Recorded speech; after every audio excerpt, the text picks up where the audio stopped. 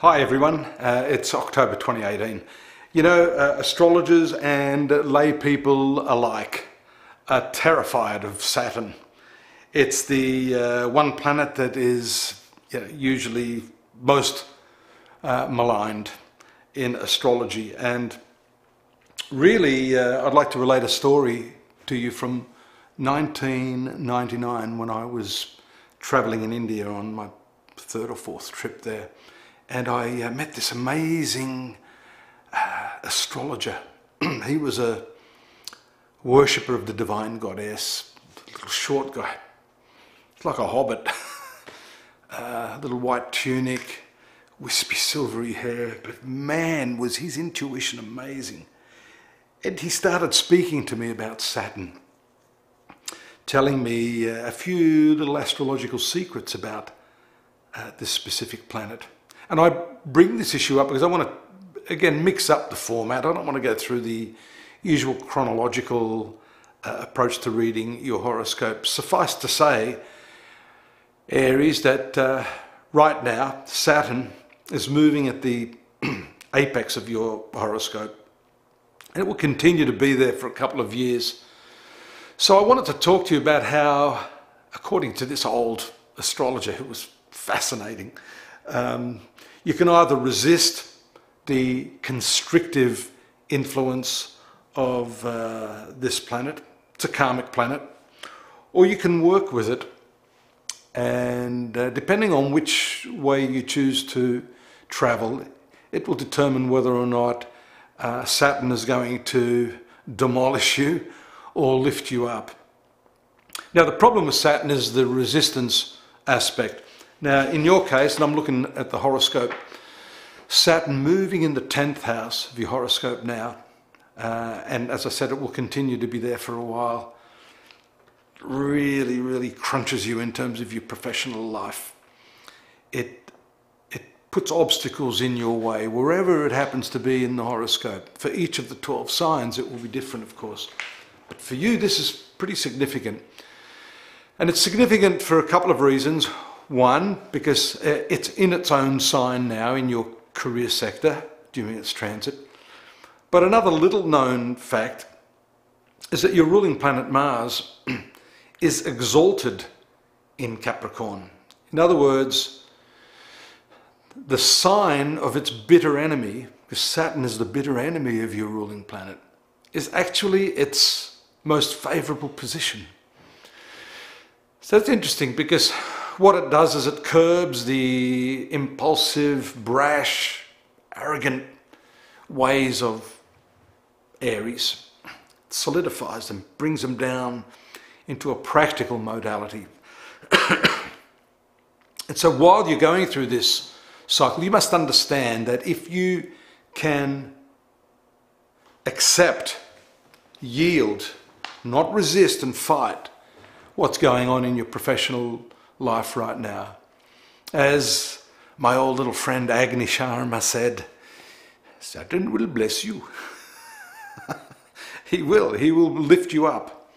But to the degree you resist, it is to that degree that he will pummel you, he will demolish you, he will give you a really hard time.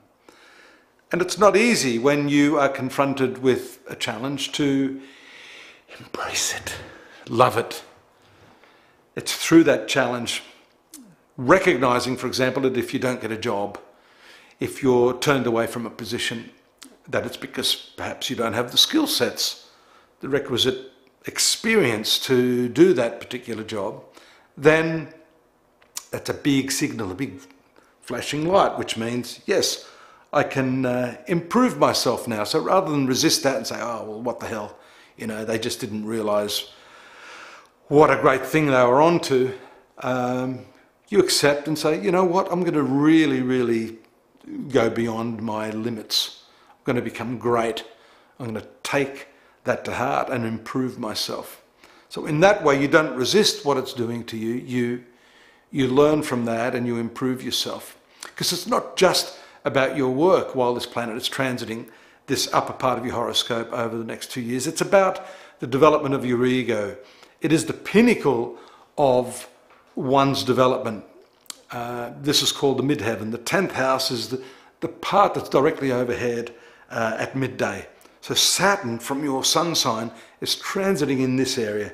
And by the way, it's in the right angle to your sun sign. Depending on what date in Aries you were born, it is going to be very, very challenging in degrees as it moves through, you know, from those of you that were born on the 21st of March, then as Saturn entered into this sign earlier in the year, you would have started to feel the impact much more strongly than people born in the April part of Aries.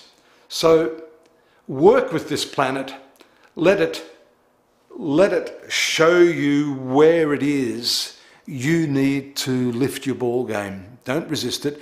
It's also going to fully impact and is impacting your relationships. And it is also impacting the 12th house of your past karma, those hidden areas of your life that you've wanted to submerge. I say to you, let it completely rise up to be seen by you, to be dealt with. You know, unless you recognize the problem, you're not going to be able to fix that. And really, I also use an example that I think is very pertinent in this case. And that is of a sick patient going to a doctor to be healed, only to find out that the doctor's only interested in his money. And after he's told him the dire news that he's only got 3 months to live, ushers him into the waiting room to pay the secretary. Well, an astrologer like myself should be able to give you at least some good bit of remedial advice. And for Saturn, try this. Doesn't work fully. We really need to look precisely at your birth horoscope to get an insight into what specific remedies are for you. But generally, for Saturn, fasting on a Saturday, doing charitable work on a Saturday, meditating on the issues at hand within yourself are the ways to overcome the malefic vibrations of this planet. By doing the fasting, the charitable donations and that type of thing, there is almost like a phase cancellation of the energies that are coming from that planet. Try it. I'd be curious to hear how that helps you. Feeding the black crows on a Saturday is also apparently something that can help. I've tried that. Strangely, it works. We'll get into that in another session. But for now, don't forget to join me at astrology.com.au.